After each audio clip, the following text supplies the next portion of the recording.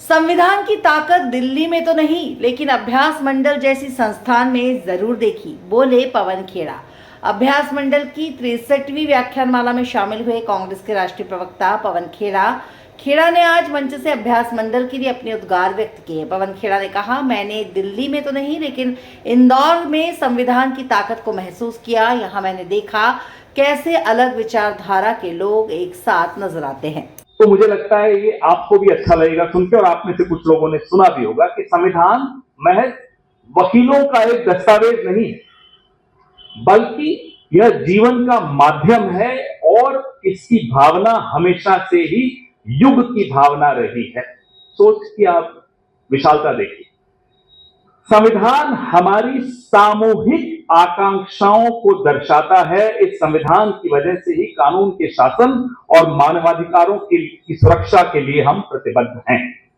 अब इस जो एक पैराग्राफ मैंने आपके सामने पढ़ा, जो सबसे महत्वपूर्ण शब्द मुझे लगा, सामूहिक आकांक्षा।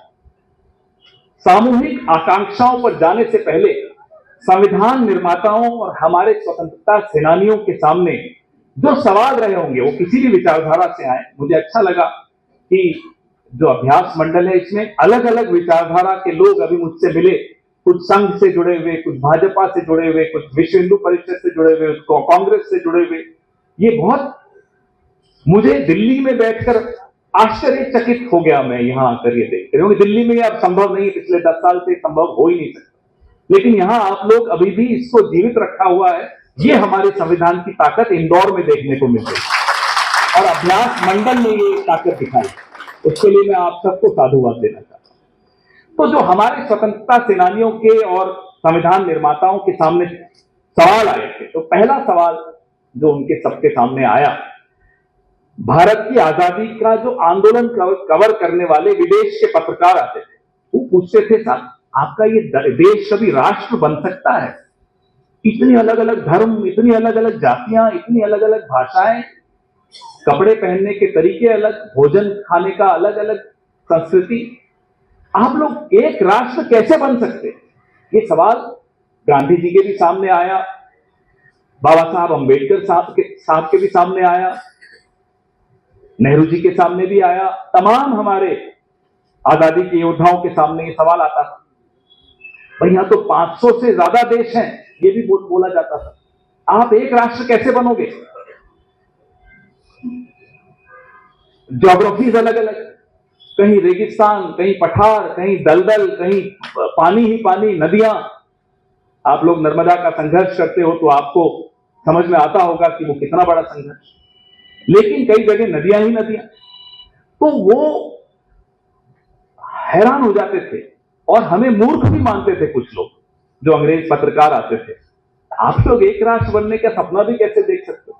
ये तो हम हैं जो आपको जोड़ के आर्टिफिशियली पिछले 200 साल से हमने रखा है। अंग्रेजों के मन में ये था, वरना आपके देश में तो हम निकल जाएंगे तो 500 अलग अलग टुकड़े हो जाएंगे। ये भय था, हमारे लोगों के भी मन में भी ये भय रहा होगा, मैं मानता हूं।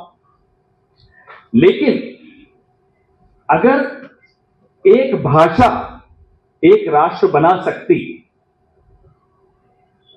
तो तमाम जो विश्व में राष्ट्र हैं, वो सिर्फ भाषा के आधार पर बनते, या सिर्फ एक ज्योग्राफी किसी राष्ट्र को बनाती, तो पहाड़ जहां खत्म हुए वहां वो राष्ट्र खत्म हो गया, रेगिस्तान शुरू हुआ, नया राष्ट्र शुरू हो गया। वैसे ही खान पान, पैरहन, हर चीज, धर्म, आप किसी भी देश में चले जाइए, ऐसा नहीं मिलेगा अमूमन कि सिर्फ एक धर्म हो, थोड़े और धर्म मिलेंगे। कई देशों में ज्यादा मिलेंगे, जैसे हमारे देश में बहुत ज्यादा अलग अलग धर्म है, कुछ देशों में कम होंगे, और जहां कम है वहां आर्टिफिशियली भी कम कर रखे हैं लोग। हमारे यहाँ ऑर्गेनिकली बहुत धर्म है, ऐसा नहीं कि हमने जबरदस्ती कुछ बोला कि नहीं साहब आप ये धर्म यहाँ पारसी को यहाँ होना चाहिए। हैं, पारसी भी हैं, कम है, 52-50 हजार है, लेकिन है। हर धर्म का आपको प्रतिनिधित्व यहाँ मिलेगा।